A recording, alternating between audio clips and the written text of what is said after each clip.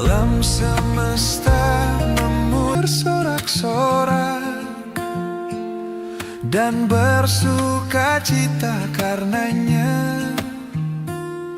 Tuhan Allah beserta kita. Shalom Bapak Ibu Saudara sekalian. Hari ini kita sudah sampai di tahun yang baru. Tidak terasa kalender kita pun menjadi baru 2026.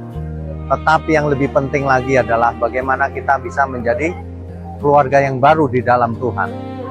Saudara sekalian, kita patut bersyukur kita sampai di hari ini tentunya karena pimpinan Tuhan, pemeliharaan Tuhan dan perlindungan Tuhan.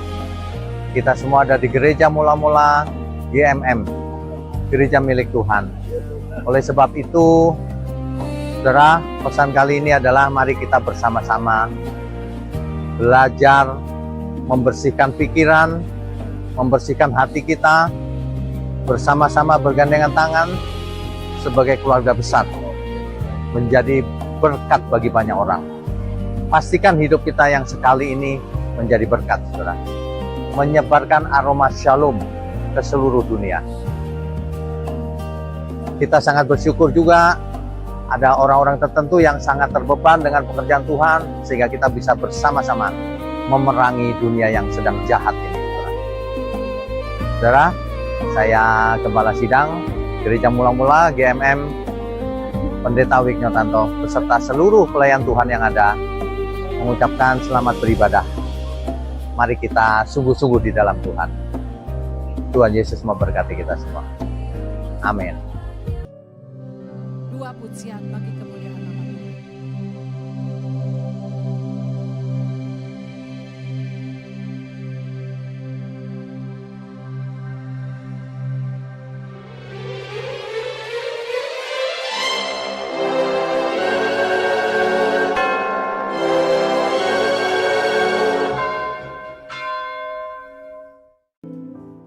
Dan mengucap syukur. Amin. Amin. Silakan duduk Bapak Ibu Saudara sekalian. Hari ini saya minta maaf. Tadi nunggunya terlalu lama ya. Ternyata di mana-mana tidak terjadi apa-apa ya. Sudah kering.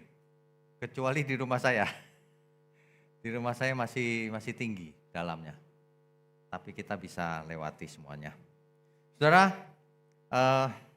siang hari ini tema khusus kita adalah Grand Design. Rancangan besar Tuhan. Kita baca dulu Efesus 1 ayat 9 sampai 10. Sebab ia telah menyatakan rahasia kehendaknya kepada kita. Untuk apa? Sebagai persiapan kegenapan waktu untuk mempersatukan di dalam Kristus sebagai kepala segala sesuatu, baik yang di surga maupun yang di bumi.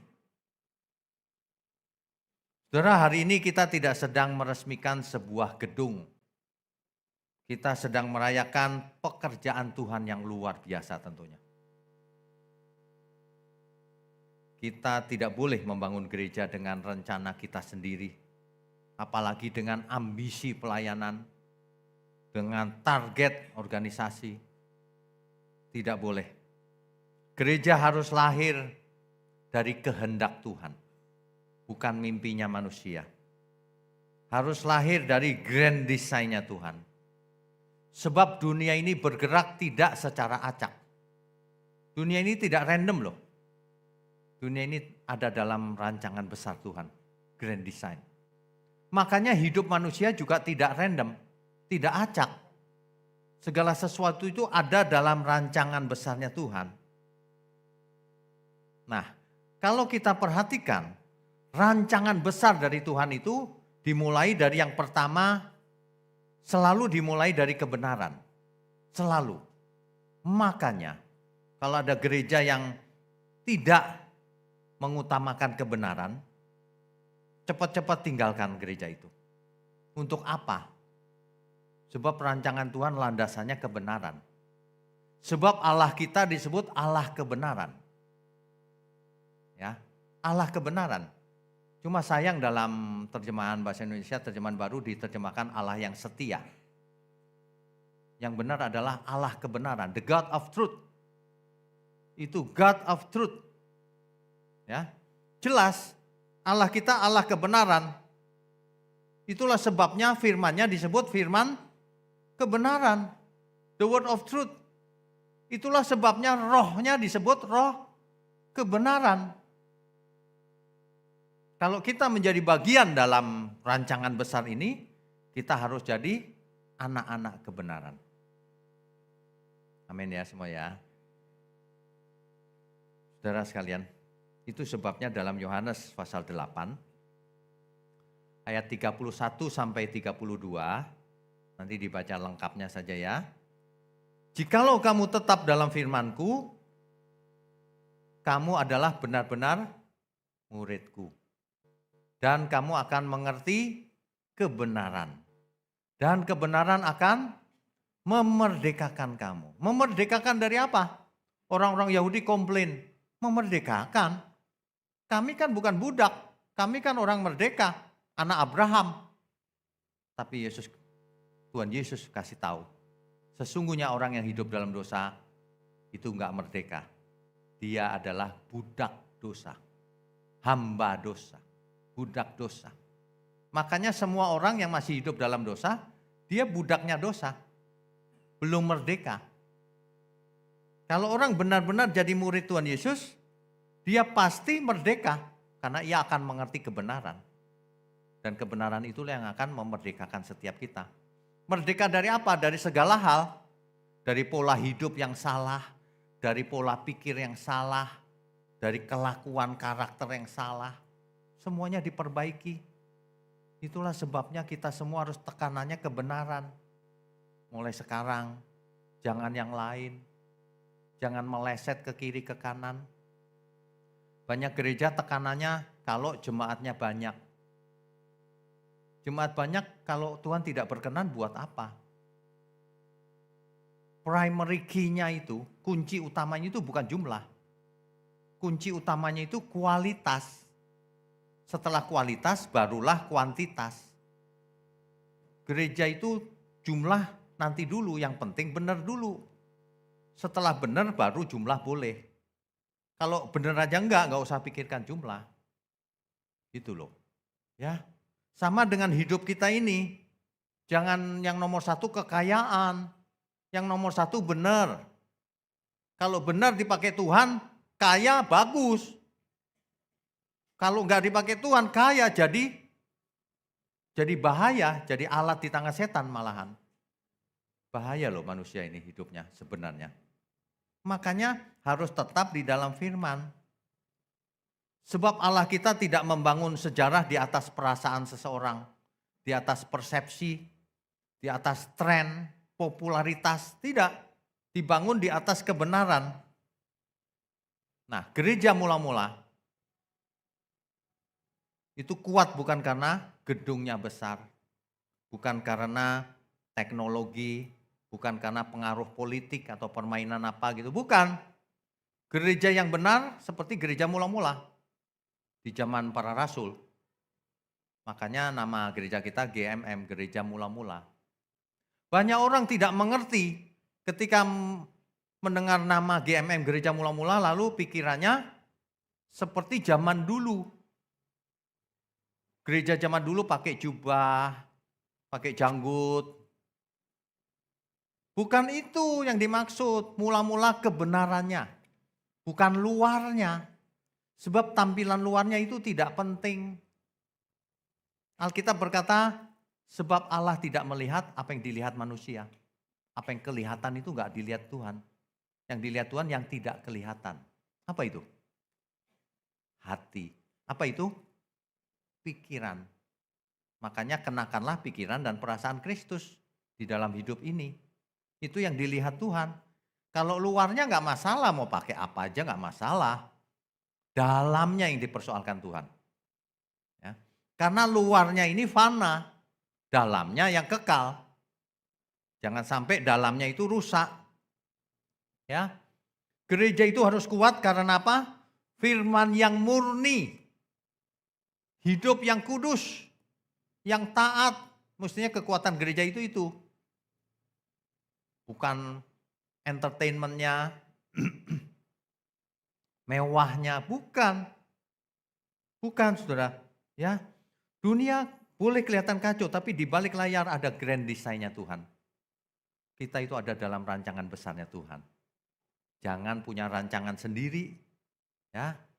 Yang kedua, manusia diciptakan bukan untuk hidup secara acak, tapi untuk menggenapi rancangan Tuhan.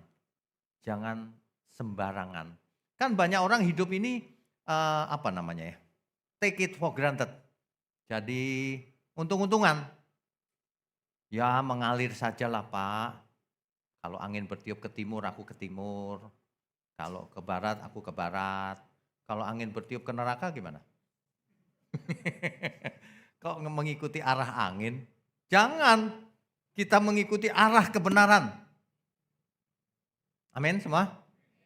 Mulai sekarang jangan, kalau ditanya, apa prinsip hidupmu? Mengalir seperti air atau angin. Salah. Harus seperti Tuhan Yesus. Seperti air, perhatikan air kemana larinya? Ke God. Bukan seperti air. Banyak filosofi dunia yang salah. Ya, banyak yang salah. Jangan seperti air, seperti Tuhan Yesus. Ya. Di Mazmur 139 ayat 16. Hari-hariku telah tertulis dalam kitabmu sebelum satu pun daripadanya ada. Tuhan sudah tahu masa depan. Tuhan itu sudah tahu masa depan. Itu berarti hidup kita itu bukan kebetulan, tapi rancangan Tuhan. Kelahiran kita ke dunia ini bukan kecelakaan. Ada rencana Tuhan di balik semuanya ini. Keberadaan saudara di GMM ini bukan kebetulan. Kebetulan lewat sini, kok ada gereja yang mampir gitu. Kan bukan begitu. Buktinya apa? Buktinya banjir-banjir datang. Oh ya kan? Kalau kebetulan pasti nggak datang. Nah itu bukan kebetulan. Segala sesuatu di dunia ini tidak ada yang kebetulan. Jadi kita hidup di zaman Tuhan yang punya rencana dari dulu sampai sekarang dan selamanya. Ingat itu. Makanya yang benar itu bukan iman, itu bukan gini. Aku yakin pasti dikasih Tuhan. Bukan. Itu iman anak kecil itu. Iman cetek gitu. Iman yang benar itu justru biarlah kehendakmu yang jadi. Tuhan Yesus begitu kan? Kalau bisa cawan ini berlalu tapi biarlah kehendakmu yang jadi. Itu iman yang paling tinggi itu justru jika Tuhan menghendaki. Itu iman paling tinggi. Bukannya gini, aku yakini dalam nama Yesus, yakini pasti dapat. Salah ajaran itu. Memangnya kalau nama Tuhan Yesus dipakai lalu Tuhan Yesus di surga gini, ya namaku udah dipakai, kasih aja deh. Gitu. Memangnya Tuhan Yesus seperti apa? Ya Allah yang berdaulat penuh. Tidak tergantung oleh manusia. Manusia boleh nangis, jungkir balik. Kalau nggak dikasih, tetap nggak dikasih. Tapi bukan berarti Tuhan jahat. Karena Tuhan sediakan yang lebih baik. Di langit yang baru, bumi yang baru. Amin ya. Makanya di dunia ini kalau kita mengerti kebenaran, merdeka. Kalau kita mengerti kebenaran, mau mati pun mungkin sudah waktunya ya Tuhan aku pulang. Nah kan gitu. Bukan nangis-nangis gitu. Nyala-nyalain Tuhan apalagi. Kalau orang dewasa itu enak malahan. Banjir ya nggak masalah, cuma air. Kan gitu. Sakit aja nggak masalah kok. Ya seizin Tuhan lah semuanya. Ya tapi kita harus jaga kesehatan juga. Kan gitu. Kalau kita lakukan bagian kita, maka damai sejahtera kita. Mau sakit, mau nggak berhasil bisnisnya, mau ditipu orang lain, nggak masalah. Sebab segala sesuatu mendatangkan kebaikan bagi orang yang mengasihi Tuhan. Makanya segala sesuatu yang terjadi hari ini ya, saya mulai mengerti ayat itu. Jadi kalau terjadi hal yang kelihatannya nggak bagus bagi dunia ini gitu ya, saya tenang aja. Pasti ada di balik ini maksud Tuhan. Pasti ada yang baik. Pasti. Asal kita mengasihi Tuhan. Kalau kita nggak mengasihi Tuhan, apapun yang terjadi dalam hidup kita, semuanya nggak baik. Percuma. Ya. Nah itu yang kedua ya. Yang ketiga, dosa itu berusaha merusak desain grand design tadi, tapi ingat, tidak ada yang bisa membatalkan rencana Tuhan. Enggak ada. Sejak Kejadian pasal 3, manusia jatuh ke dalam dosa. Allah sudah berfirman. Ya. Allah sudah berfirman, Kejadian 3 ayat 15, janji keselamatan. Akan ada juru selamat yang lahir. Keturunan perempuan ini akan meremukkan keturunan si ular. Itu maksudnya Mesias. Mesias yang akan mengalahkan, membunuh pekerjaan iblis. Sejak Kejadian 3 ayat 15. Jadi meskipun dosa merusak, Allah terus bekerja dalam rencananya. Grand design besarnya. Untuk apa manusia diciptakan? Untuk apa? Supaya kita menjadi anak Allah. Supaya kita memiliki karakter anak Allah. Kalau enggak untuk apa? Kaya di bumi karakternya enggak bagus, buat apa? Lebih baik enggak usah kaya tapi karakternya bagus. Iya kan? Lah kalau kaya karakternya bagus, lebih bagus lagi. Gunakan untuk pekerjaan Tuhan, gunakan untuk menolong sesama, gunakan untuk keluarga. Semua orang merasakan berkat dari situ, luar biasa. Iya kan? Itulah sebabnya Kristus menjadi pusat dari segala sesuatunya. Itulah sebabnya logo GMM itu ada salib di tengah, Kristosentris. Pusatnya Kristus. Kalau suatu ajaran pusatnya bukan Tuhan Yesus, pasti salah. Pasti. Sebab tidak ada Tuhan selain Tuhan Yesus. Kalau orang punya Tuhan yang lain, karakternya rusak. Pasti. Pasti Tuhan yang palsu. Sebab Tuhan yang benar cuma Tuhan Yesus. Perhatikan baik-baik tuh kalimatnya. Tidak ada Tuhan selain Tuhan Yesus. Ada amin? Banyak orang punya Tuhan-Tuhan yang lain. Ada yang Tuhannya mamon. Harta dunia. Ada orang yang Tuhannya itu perutnya kata Alkitab. Akan sembarangan tanpa batas. Perutnya. Ada lagi orang yang Tuhannya itu nafsu kedagingannya. Macam-macam. Ya. Tapi Tuhan kita cuma satu, Tuhan Yesus. Buktikan lewat setiap perbuatan kita. Buktikan lewat hidup kita ini. Sebab, Kolose 1 ayat 16 sampai 17. Sebab segala sesuatu diciptakan oleh Dia dan untuk Dia. Tuhan Yesus itu bukan sekedar tambahan dalam sejarah. Bukan, tokoh utamanya itu Tuhan Yesus. Kalau tidak ada tokoh utama ini semuanya sia-sia percuma. Ya, makanya orang perjanjian lama menunggu sang Mesias. Setelah Mesias datang ditolak. Ironi ini. Ini ironi banget loh. Sekarang di antara kita jangan pernah ada yang menolak satupun Tuhan Yesus. Ya, jangan ikut ajaran yang aneh-aneh. Ada orang yang mengajari Yesus menitis ke bumi. Hari ini. Bentuknya ibu-ibu. Di Cina sana. Ada gerejanya di Indonesia. Afiliasinya ada. Nyanyiannya aja waduh mengerikan. Nyanyiannya begini. Alkitab tidak menyebabkan kita mengerti Tuhan. Menjauhkan kita dari Tuhan. Ngawur. Ada lagi kayak begitu. Dengar semua yang mendengarkan khotbah ini. Jangan aneh-aneh kok. Kristosentris. Seperti Tuhan Yesus.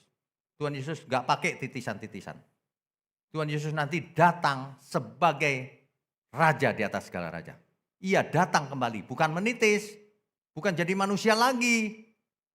Banyak orang ngawur-ngawur gitu kalau khotbah itu. Aduh. Saudara, kalau gereja tanpa Kristus, apa yang terjadi? Gereja hanya organisasi, hanya sistem, hanya kegiatan. Apa bedanya sama arisan? Ngumpul-ngumpul, habis ibadah makan-makan, habis itu pulang. Minggu depan gitu lagi. Itu bukan gereja, itu gerombolan namanya. Bukan persekutuan. Kalau persekutuan harus ada Kristus, Tuhan Yesus. Kalau kita memanggil Dia Tuhan artinya kita hamba. Kalau seorang hamba yang baik pasti melakukan kehendak Tuannya. Jangan pernah panggil Tuhan Yesus kalau tidak mau melakukan kehendaknya. Itu bohong namanya. Ya, sama dengan seorang anak panggil papa. Papa. Tapi dia malu-maluin papanya. Kan malu-maluin itu. Itu bukan anak sebenarnya. Makanya ada anak yang berkenan, ada anak yang tidak berkenan. Makanya gereja itu bukan gedungnya, bukan liturginya, bukan denominasinya. Denominasi apapun nggak masalah. Kebenarannya yang penting. Ya, saudara, saya ingatkan lagi ya, gereja itu harus ada 2 unsur utama sebelum yang lain-lain. Yang satu landasannya harus kebenaran. Yang kedua harus ada teladan. Teladan utama kita Tuhan Yesus. Setelah itu baru gembalanya, setelah itu baru pelayan-pelayan Tuhan, setelah itu baru jemaat-jemaatnya. Harus jadi teladan, kalau enggak bukan gereja namanya. Bukan gereja namanya, permainan aja, permainan agama. Hari ini kita, di sini baru, ini minggu ketiga. Ini grand opening ya. Sebenarnya mau namanya grand opening mau apa sama aja sih. Sebab setiap kali kita ketemu Tuhan hadir. Amin ya. Yang perlu kita benahi itu diri kita ini loh. Yang enggak kunjung sempurna dari dulu. Yang enggak mau bertobat terus. Ya. Saya percaya GMM ini ada dipanggil berperan dalam rancangan Tuhan. Bukan cuma ada asal ada. Ya. Ini kalau kita berani memanggil ini grand opening itu awal dari tanggung jawab. Awal dari mandat rohani dari Tuhan. Termasuk saudara. Saudara kalau jadi jemaatnya GMM, artinya saudara harus menjadi bagian dalam GMM. Melakukan kehendak Tuhan. Amin semua? Kita beri kemuliaan untuk Tuhan.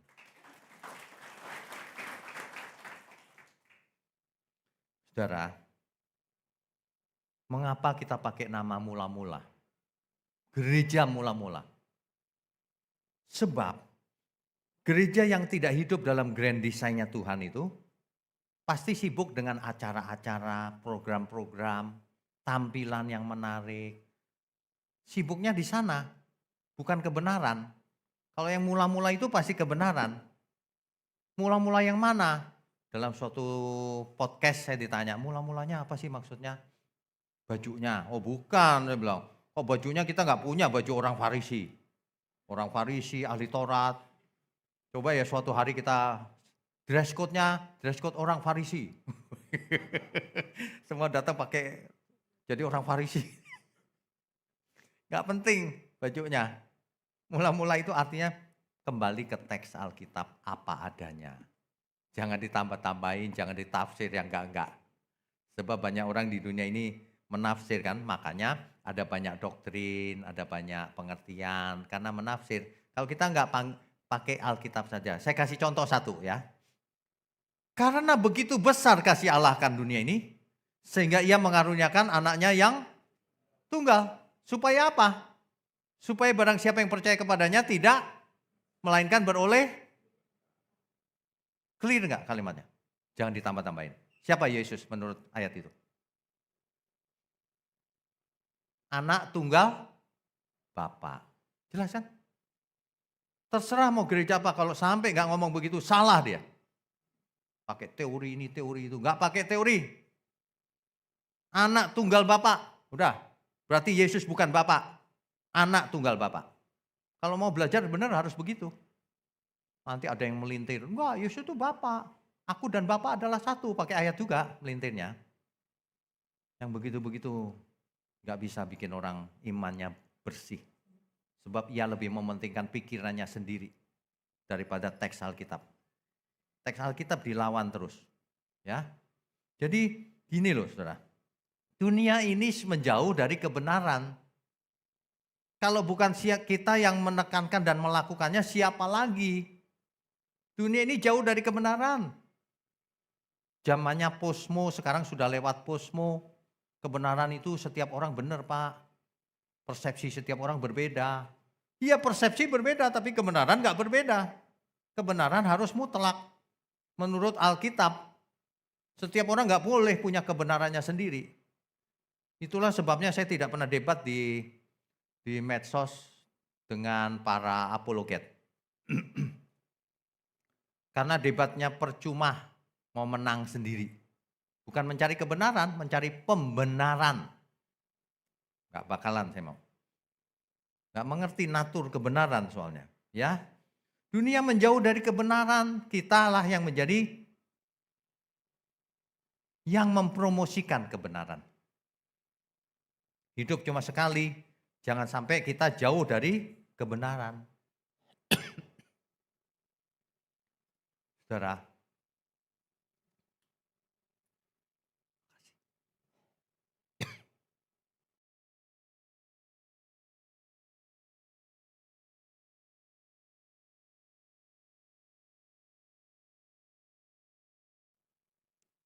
saudara, kalau kita perhatikan gereja yang benar, perhatikan gereja mula-mula, Kisah Para Rasul pasal 2 ayat 42. Mereka bertekun dalam pengajaran rasul-rasul dan dalam persekutuan. Apa artinya? Perhatikan urutannya. Yang pertama pengajaran para rasul. Itu artinya kebenaran. Yang utama kebenaran. Yang kedua, persekutuan, dalam persekutuan. Persekutuan itu apa? Keluarga rohani. Makanya saya sering bicarakan kita itu keluarga. Persekutuan di dalam Tuhan. Itu keluarga. Kemudian mereka memecah-mecahkan roti. Itu artinya Kristus sebagai pusatnya. Ya. Kemudian dengan doa, artinya ketergantungan kita sama Tuhan. Itu inti dari gereja yang benar. Banyak gereja tidak menekankan kebenaran. Akibatnya jemaat jadi korban. Kalau jemaat jadi korban, hidupnya jadi aneh-aneh. Ya, GMM berdiri bukan untuk menciptakan gereja versi baru, ngapain? Tetapi menghidupkan kembali rancangan Tuhan. Firman itu harus tajam, nggak boleh enggak. Pertobatan itu harus beneran bertobat, sejati. Dan pemuritan itu harus serius, harus jadi murid Tuhan Yesus. Jangan asal-asalan. Makanya kalau saudara perhatikan di GMM, pemuritan itu sangat penting, ada online Bible study namanya. Kalau orang ikut terus, ia akan mengerti firman. Mengerti firman, tiap minggu dihantam, berubah pelan-pelan. Ibarat orang tadinya miring gini, lama-lama lurus. Cuma lama sekali sih. Lama banget, gak tahu kapan berubahnya. Ibarat orang diet ya Pak. Tadinya beratnya 200 kilo gitu. Saya punya teman beratnya 200 lebih Pak. 200 lebih. Lalu dia diet Pak ceritanya. Diet ketat. Turunnya lumayan banyak. Turun 40 kilo. Bayangin kalau diet turun berapa? Cuma turun 2 on Pak. 2 on itu berarti gak turun. Kan setiap orang kalau ditanya sudah berubah belum? Sedang dalam proses. Gitu kan? Ini sama orang diet ditanya udah turun? Udah. 2 on. Itu belum berubah namanya. Berubah itu harus niat, harus melakukannya. Kalau minta tolong sama Tuhan aja pinter, hosana, hosana. Gitu kan? Jangan cuma pakai mulut, ya. Pujian kita sama Tuhan itu harus lahir dari hati, harus yang tulus, kan gitu. Ada amin semua? Mulai sekarang kita harus serius menjadi murid Tuhan. GMM hadir jangan cuman menjadi cuma sama dengan gereja lain. Jangan. Saudara jadi jemaat Tuhan yang benar, yang militan. Militan itu bukan aneh ya, bukan kaku. Militan itu militan, mau hidup kudus Tuhan. Tapi tidak ganas sama sesama. Saya lihat orang kalau baru belajar kebenaran jadi ganas. Salah itu loh, nyalain orang lagi. Wah nggak boleh begitu. Makin tahu kebenaran, makin tahu orang banyak salah, kita nggak boleh ganas. Kita harus makin lembut. Tapi soal prinsip nggak boleh lembut. Prinsip harus tetap benar ya benar, salah ya benar, ya salah. Tapi prakteknya harus lembut supaya jadi berkat, nggak jadi sandungan, kan gitu. Ya, lagu itu saya ciptakan yang Hosana itu karena menyiapkan khotbah-khotbah seperti ini. Iya, kita itu teriak-teriak Hosana loh. Tapi jangan cuma minta tolong, pujilah dia. Pujilah dengan apa? Dengan mulut. Dengan apa lagi? Dengan perbuatan nyata. Jangan cuma teori, kan gitu. Ya, mulai sekarang jangan cuma nyanyi ya saudara ya. Kita harus beneran menghidupkan kembali. GMM itu rindu supaya kita semua berubah. Makanya misinya adalah melahirkan anak-anak Allah yang berkenan. Bukan anak Allah biasa, yang berkenan. Yang berkenan itu yang menyenangkan Tuhan. Itu yang berkenan artinya. Ya, jadi Hosana Tuhan. Kita itu enak loh sebenarnya jadi anak Allah itu. Enak banget. Kita bisa teriak Hosana. Dan Tuhan pasti tolong. Asal kita hidup benar di hadapannya. Asal kita ada dalam grand design-nya Tuhan. Ya.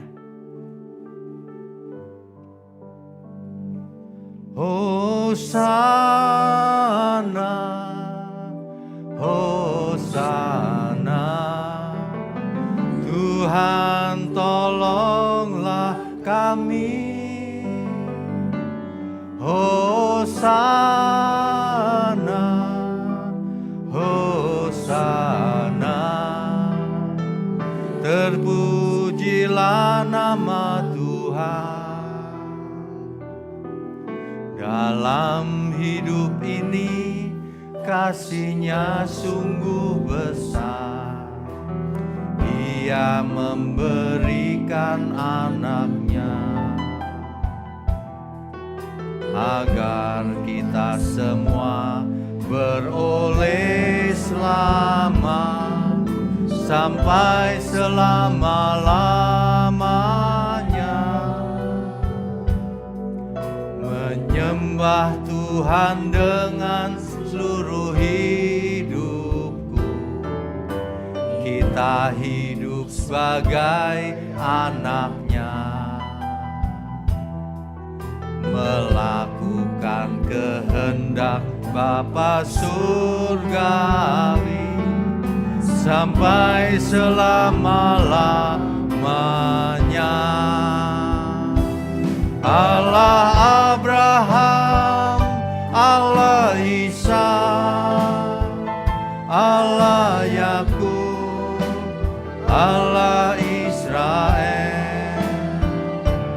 Allah Abraham, Allah Ishak, Allah Yakub, Allah Israel. Allah Abraham, Allah Ishak, Allah Yakub, Allah Israel. Allah Abraham, Allah Ishak, Allah Yakub, Allah Israel. Allah kita semua, Bapa kita di surga.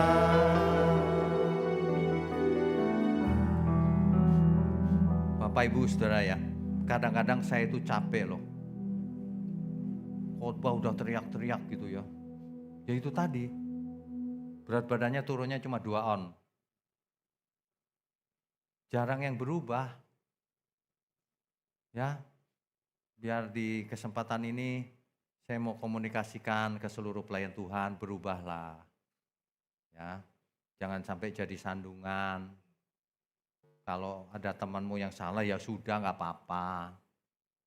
Nggak usah dihakimi, diserang, nggak perlu. Kita itu mikirnya itu masa depan. Kalau dalam dunia sekuler saja, orang mengerti loh. Orang yang maju yang seperti apa? Yang mikirnya ke depan, visi misi.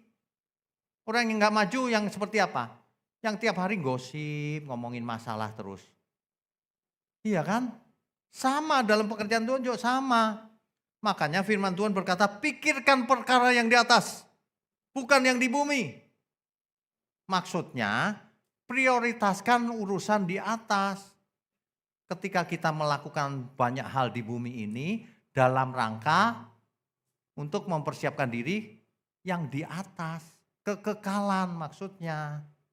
Itu loh. Jangan begitu aja nggak dilakukan. Lupakan itu pengertian lama, udah ke gereja, udah pelayan Tuhan pasti ke surga. Siapa bilang? Pelayan Tuhan banyak yang jahat, saya kasih tahu. Cuma itu adanya di bulan, bukan di sini. Di planet lain, Pak. Di sini mana ada? Nggak ada lah, di sini nggak ada. Nggak ada yang ngaku maksudnya. Tapi gini loh, saudara. Ini serius nih, saya tulus banget. Teman-teman kita juga banyak yang masih salah, ya kan? Nggak apa-apa kok, nggak apa-apa. Tapi bertobat. Oh ya kemarin aku salah ya, nggak kuulangi lagi deh. Nah kan gitu. Hidup ini sebenarnya gampang, dibikin sulit sama manusia. Apalagi kalau perasaannya sensi, baperan. Iya baperan. Ngalamin masalah dikit, sakit hati gua. Gue mau keluar dari GMM. Keluar sono. Kalau nggak mau bertobat ngapain di sini? Malah ngerusuin nanti. Nanti malah nular kemana-mana. Jangan. Saudara kalau dengar khotbah begini berubahlah. Yang untung bukan kita, yang untung saudara sendiri kalau berubah. Kita itu kalau nggak berubah ya percuma. Kisah Rasul 3 ayat 19. Oleh karena itu bersadarlah dan bertobatlah. Supaya apa? Supaya dosamu dihapuskan. Kalau manusia nggak mau berubah, dosanya tidak dihapuskan. Kan begitu. Ya, bertobat, berubah mulai sekarang dari hal kecil. Sekarang saya mau tanya, bagaimana orang belajar mengampuni? Gimana caranya orang belajar mengampuni? Teori. Oh, teori udah cukup. Bagaimana? Ya ketemu orang yang jengkelin. Ketemu orang yang nipu kita. Kan begitu belajar ngampuni itu. Lah kalau kita ketemu orang yang nipu, wah terima kasih Tuhan. Kan gitu mestinya. Artinya kita lagi diajar untuk mengampuni. Kan gitu. Tapi bukan berarti ya udah tipu sono, bukan gitu juga. Kita mesti belajar banyak hal. Terutama yang jadi pelayan Tuhan di sini. Dan jemaat juga enak aja jemaat ntar gua. Ada orang yang ngomong begini, aku bukan pendeta ini nggak apa-apa gua jahat. Loh, oh sambar geledek kau nanti. Ngomong sembarangan, enak aja. Setiap kita itu sama, semua kita itu hamba Tuhan, katakan amin. Memangnya cuma saya hamba Tuhan, semua kita termasuk jemaat. Seorang hamba melakukan kehendak tuannya. Makanya pikiran yang salah itu menyesatkan. Gak apa-apa lah, gue bukan pendeta ini. Jahat gak apa-apa maksudnya. Waduh, gak takut Tuhan. Itu gak takut Tuhan itu. Ada orang-orang yang memang gak takut Tuhan sih. Saya itu heran loh. Sangat heran. Kenapa ya gak takut Tuhan ya? Kenapa ya? Jahat dari hari ke hari semakin lama semakin jahat. Kan mestinya kita itu semakin hari semakin tua, semakin takut akan Tuhan. Kan gitu ya. Gitu, kalau enggak rugi loh. Saya sering kasih contoh suami-suami. Suami-suami bertobat, mulutnya dijaga. Jangan kasar sama istri. Ya, jangan kasar sama istri. Istri juga gitu, jangan cerewet sama suaminya. Jadi enak kan, amin. Loh kok yang amin bapak-bapak? Aduh, saudara, kita bersyukur hari ini adalah grand opening GMM ya. Jadi kita berharap kehadiran kita di sini menjadi berkat bagi sekeliling kita. Membawa banyak berkat. Orang-orang yang lewat lihat ada gereja mampir, jadi bertobat. Dia pikir dia sudah bertobat, ternyata belum. Sebab di sini orang datang bukan dihibur, sini datang dihajar pakai firman, pasti sembuh. Nanti lama-lama sembuh. Ada banyak suami-suami kalau saya perhatiin wajahnya ya sekarang ya, sama dulu berubah loh. Kalau saya lagi ngomong, "Ih, suami-suami," dia gini. Sekarang enggak, "Suami-suami." Udah tahu dia. Rupanya udah bertobat. Istri-istri juga banyak yang berubah kok. Ya, berubahnya ada yang ya 2 on. Ada yang 5 on, ada 10 on juga ada. Yuk kita tetap berubah. Tapi yang penting gini loh, jangan berantem satu sama lain. Ya, berantem itu, waduh, itu pasti pekerjaan si jahat tuh. Pekerjaan Tuhan yang besar mau menjangkau dunia, di dalamnya nggak cocok satu sama lain. Janganlah, jangan. Orang salah biasa aja. Saya sering membayangkan gini, kalau saya yang salah gimana ya Tuhan? Kalau aku dihukum, jangan. Kalau gitu orang lain salah juga jangan kita hukum. Makanya Tuhan bilang, akulah hakimnya bukan kamu. Tidak seorang pun boleh menghakimi sesamanya. Ya. Tapi itu bukan berarti kita nggak boleh membela yang lemah, kita harus bela yang lemah. Kalau ada yang lemah, kita harus bela dia. Harus, nggak boleh diem aja. Banyak orang Kristen itu saya perhatikan salah loh cara pikirnya. Kalau ada orang mempersekusi seseorang gitu ya, dia nggak mau ikutan, nggak boleh menghakimi gitu. Itu harus dibela yang lemah. Nggak boleh menghakimi itu kalau kasus lain. Kalau orang mau bunuh seseorang, kita bela dia. Ya, jangan sampai ada orang jahat kita biarkan. Kalau ada yang jahat di gereja, ya kita usir dia. Merusak pekerjaan Tuhan itu namanya. Kita harus kebenaran landasannya. Ada yang merusak kebenaran, kita buang dia. Kalau orang rusak mau benar, kita terima dia. Tuhan Yesus itu begitu loh. Dosa apapun gak masalah. Diampuni. Tapi jangan buat lagi. Amin semua. Itu saja ya. Jadi jangan ketika kita minta tolong masih buat dosa. Setiap harinya kita sudah benar, nah barulah ketika kita minta tolong Tuhan jadi tulus. Hosana,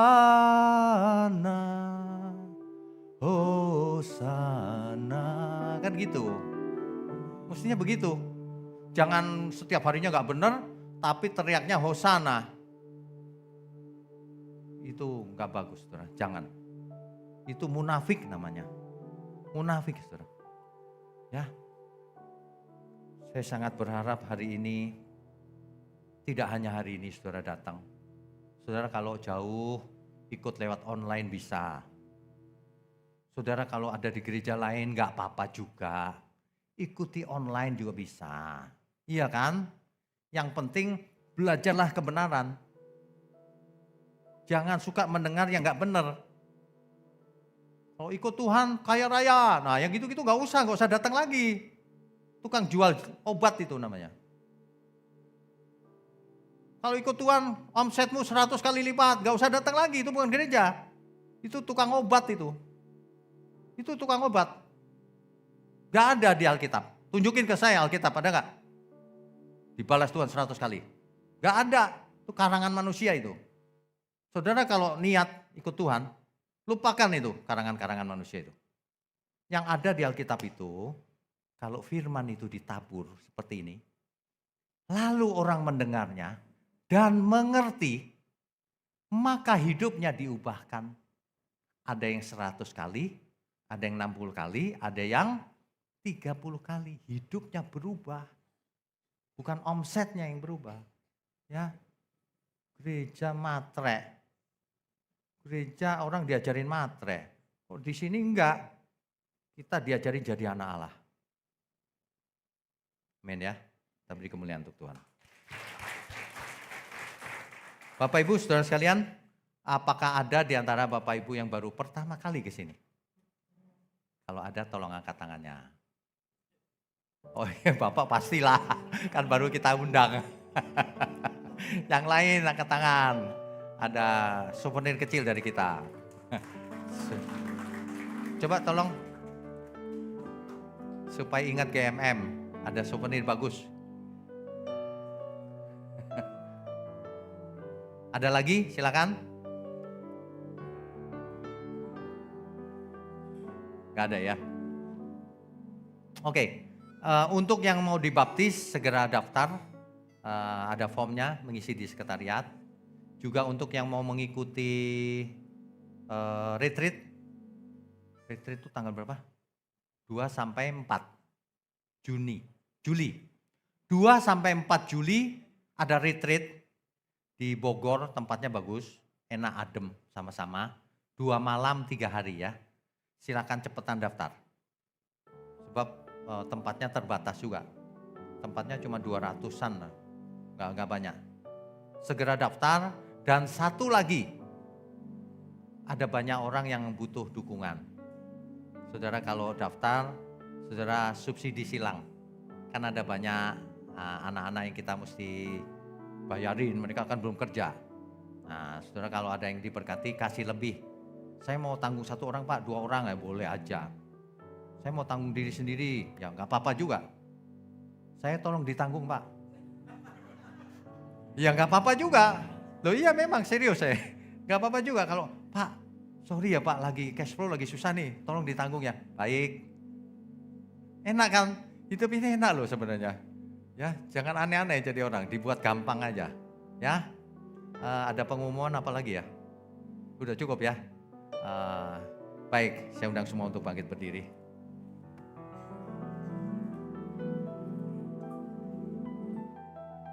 Berikutnya.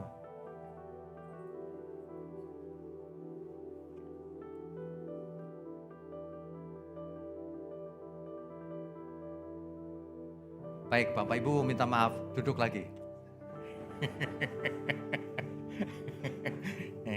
Berikutnya saya undang Bapak Ketua Sinode kita, Ketua Umum Sinode kita, Pak Henok, untuk memberikan kata sepatah 2 kata. Silakan.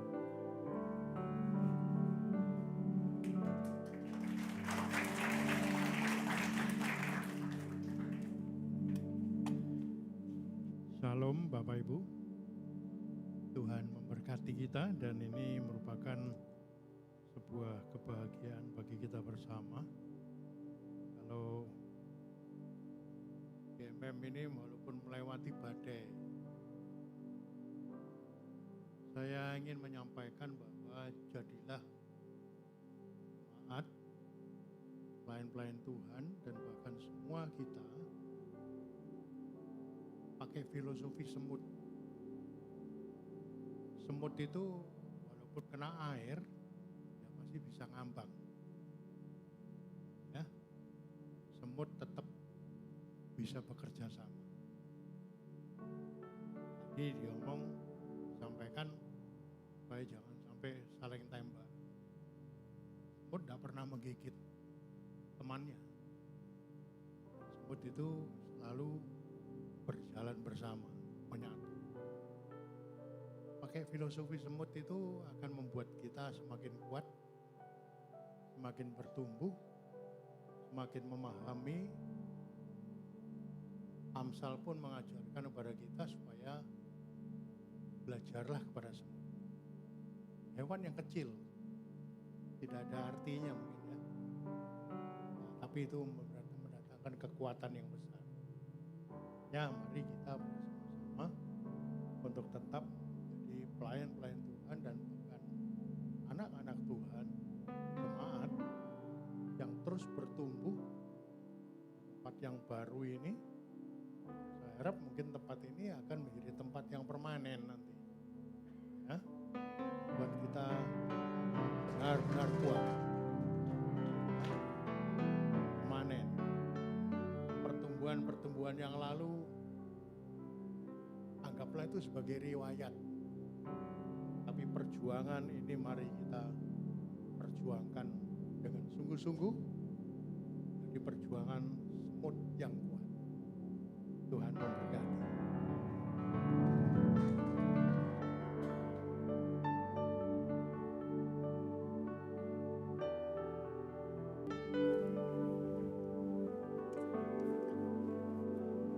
Baik Bapak Ibu Saudara, dengan kesempatan ini Saya mengucapkan banyak terima kasih atas support dari pihak Sinode, Pak Ketum, Pak Henok Sutopo, juga dalam hal ini eh, Pak Roy selaku Sekum ya, dan Pak Bambang datang ke sini bertiga untuk mensupport kita, mendoakan kita juga. Juga dari Kemenak, dari pihak-pihak yang terkait, dan juga seluruh pelayan Tuhan, dan seluruh pribadi-pribadi yang mendukung gereja ini. Ada banyak sekali tangan-tangan yang mendukung. Dari semua yang kita lihat ini, semuanya karena kita bersama-sama mendukung pekerjaan Tuhan. Saya sangat bersyukur. Tapi ini baru awal, saudara. Kita harus dukung terus sampai selama-lamanya. Sampai nanti kita ketemu di surga. Seperti tadi filosofinya bagus juga, semut. Ya, bekerja terus, ada air pun ngambang sama-sama. Dikasih apapun tetap. Nah itu bagus. Jangan kita gampang sensian, lalu gak cocok satu sama lain. Yang rukun, sebagai keluarga besar gitu ya. Ya, sekali lagi terima kasih banyak, kita bisa sama-sama semuanya di dalam Tuhan tentunya. Bersama GMM, Gereja Mula-Mula. Tuhan Yesus memberkati. Terima kasih Bapak Gembala yang terkasih. Juga tidak lupa kami juga mengundang dari Kemenak untuk memberikan kata sambutan. Tunggu sebentar Bapak Ibu terkasih ya. Kampung Tengah kita udah lapar ya. Jadi nanti Pak Tony akan cepat-cepat.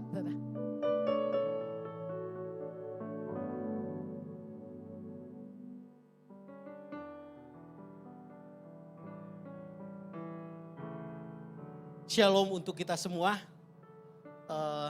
Syukur pada Tuhan pada kesempatan siang hari ini. Sebelum saya sambutan, semoga sambutan saya tidak lebih panjang dari khotbah Pak Pendeta. Ya, saya berusaha karena sudah semua hampir lapar menurut saya begitu ya. Perkenalkan, nama saya Antonius Sinaga. Untuk saat ini PLT Pembimas Kristen Provinsi DKI Jakarta. Itu yang pertama, baru 2 bulan saya menjadi PLT di Bimas Kristen. Kalau agamanya sih menurut saya minoritas di tempat ini. Karena apa? Saya itu Katolik Bapak Ibu.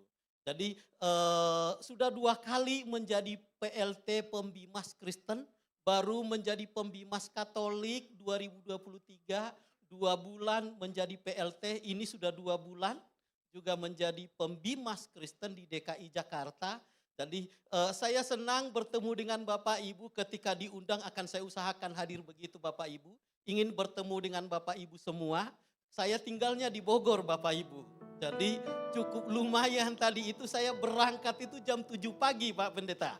Gitu ya.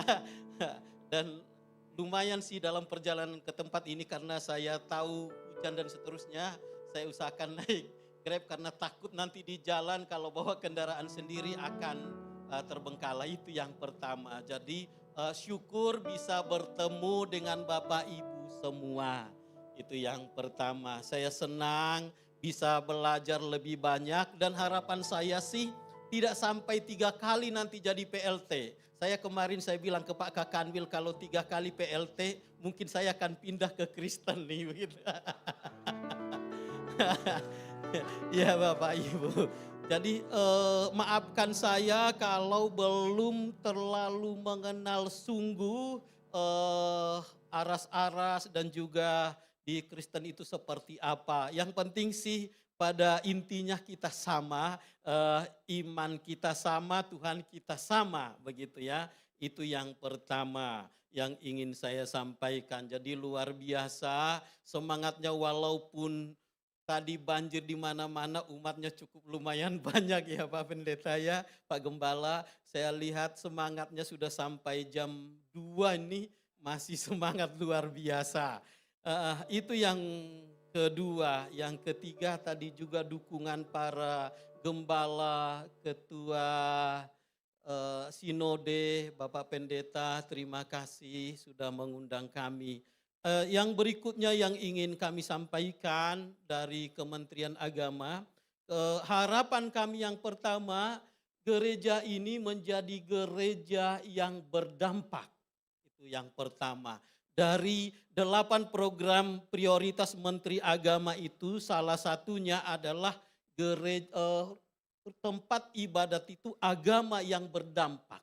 Artinya bukan hanya hadir untuk dirinya sendiri, tetapi juga berdampak untuk lingkungan sekitar. Dikenal oleh lingkungan sekitar. Itu yang perlu kami tekankan. Jadi sebetulnya perselisihan, kesalahpahaman di antara umat beragama di Indonesia ini karena tidak mengenal satu sama lain. Jadi harapan kami perbanyak pertemuan dengan warga sekitar. Supaya kita semakin dikenal. Itu. Jadi itu harapan kami. Yang kedua itu ada 4 sebetulnya dari 8 program prioritas Menteri Agama itu yang perlu kita tekankan. Yang kedua soal bagaimana kita meningkatkan kerukunan dan cinta kemanusiaan. Semua agama itu kan titiknya itu di kemanusiaannya. Semua kita sama di hadapan Allah. Cuma yang berbeda itu sudut pandangnya. Ya kan, semua agama, mau agama manapun, kalau mau kita lihat nih, semua agama itu tidak ada mengajarkan perpecahan ataupun ketidakrukunan. Hanya umatnya yang kurang paham agamanya yang membuat perpecahan. Maka Menteri Agama kita selalu menekankan nih, kalau orang mengerti sungguh agamanya, orang itu pasti saling mencinta satu sama lain. Yang ketiga itu soal bagaimana kita ini cinta akan lingkungan. Ekoteologi kalau menurut di Kementerian Agama. Cinta lingkungan hidup. Sekarang itu korban bencana di mana-mana, terutama kita berdoa secara khusus untuk saudara-saudara kita di Sumatera itu 3 provinsi yang menjadi korban bencana alam itu karena merusak alam. Jadi harapan kita juga menjadi lingkungan yang asri juga, harapannya penanaman pohon dan seterusnya. Mungkin tidak bisa di lingkungan wilayah gereja tapi di lingkungan rumah kita dan seterusnya itu untuk membuat lingkungan kita yang asri. Yang berikutnya itu adalah tempat ibadat yang pemberdayaan ekonomi umat itu penting. Jadi kita hidup ini tujuan kita sih ke surga, tetapi kita masih hidup di dunia. Jadi kesejahteraan bersama itu menjadi tekanan kita juga di Kementerian Agama. Tadi saya senang, saya mendengar khotbahnya Pak Pendeta, Pak Gembala, bagaimana kita ini saling misinya itu melahirkan anak-anak yang berkenan kepada Allah. Jadi semakin dekat dengan kitab suci itu, kita pasti semakin dekat dengan Allah. Karena sebetulnya Santo Hieronymus mengatakan tidak mengenal kitab suci berarti tidak mengenal Yesus. Sumber satu-satunya adalah kitab suci.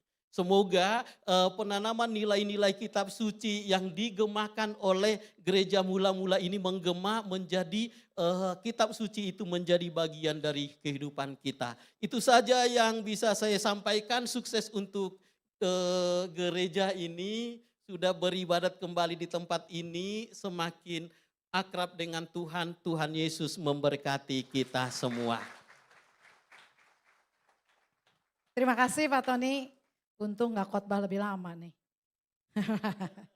Terima kasih banyak, Tuhan memberkati. Sebelum kita pulang, sebenarnya sudah ada ini ya saudara. Sudah ada meja tumpeng sebenarnya ini ya. Sudah ada pisau saudara. Jadi nanti dalam roh kebenaran saja ya saudara ya. Tumpengnya gak kebagian sampai sini airnya banjir. Tapi dengan hormat kembali saya undang Bapak Pendeta Henok Sutopo untuk maju ke depan. Kita perkenalan sebentar ya, cuma sebentar saja ya. Dan Sekretaris Umum dari GBT juga, Bapak Pendeta Roy, Wakil Bendahara dengan hormat, Bapak Pendeta Bambang untuk maju ke depan, juga bersama dengan Bapak Gembala kita yang terkasih, Bapak Pendeta Dr. Insinyur Wignyotanto dan bersama dengan Ibu Pendeta Yanti sebagai Ibu Gembala di tempat ini untuk maju ke depan. Juga tim gembala kita ya, Bapak Pendeta Haris Sarja, Bapak Pendeta Aceng, Abraham Suheri, Ibu Pendeta Herlina, ya, perwakilan dari jemaat Bapak Haryanto dan juga Bapak Sekretaris Umum GMM, Bapak Pendeta Ruben, juga perwakilan dari Batam. Bapak William untuk maju ke depan ya. Kita akan bersama-sama berdoa di tempat ini untuk jemaat terkasih di tempat ini. Yuk kita makin berdiri dengan penuh ucapan syukur di tempat ini. Dengan segala pujian dan hormat bagi Allah kita. Sebab Kau besar Tuhan, perbuatanmu ajaib. Haleluya. Katakan sama-sama. Seperti Engkau, tiada seperti Engkau, tiada seperti Yesus, tiada seperti Yesus, Yesus.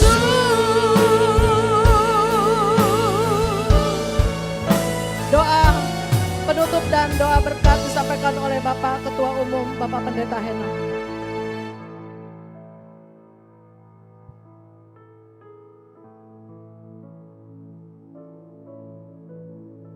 Bapa Surgawi, kami sungguh berterima kasih, rahmat anugerah-Mu begitu agung bagi kami. Melewati pergumulan hidup, melewati banyak persoalan, melewati banyak kesukaran sekalipun,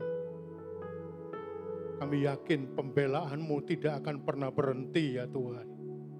Engkau tetap berkarya dahsyat, khususnya bagi gereja GMM, dengan Bapak Gembala, Ibu, seluruh staf yang ada. Semuanya karunia Roh Kudus memberikan kekuatan, memberikan pertolongan, memberikan kemenangan. Dan kami sangat bersyukur Tuhan, Engkau dekat dengan kami.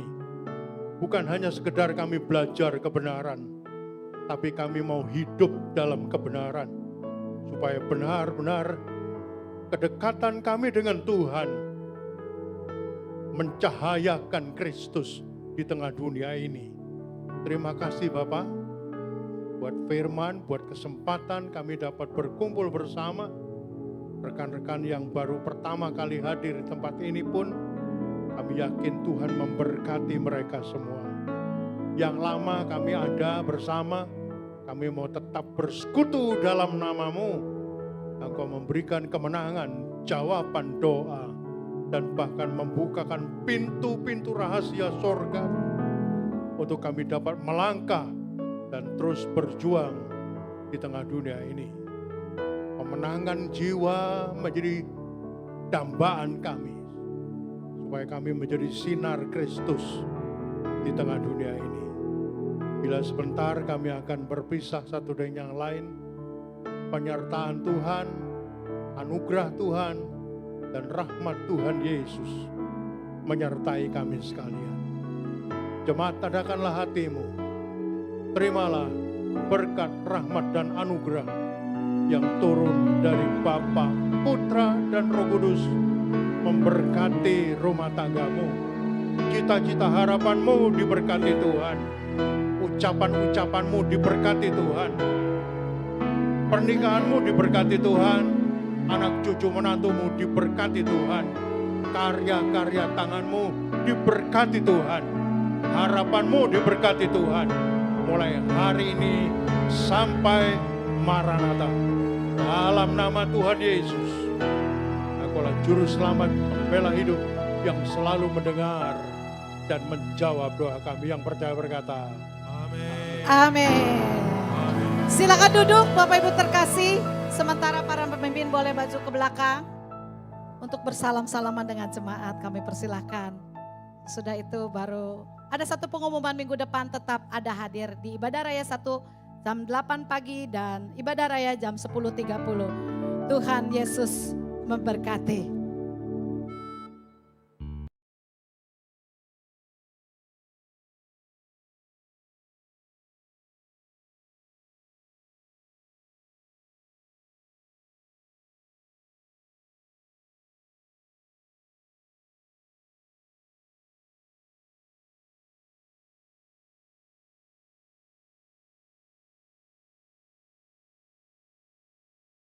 Saudara sekalian, bicara soal kebenaran, setiap orang merasa benar.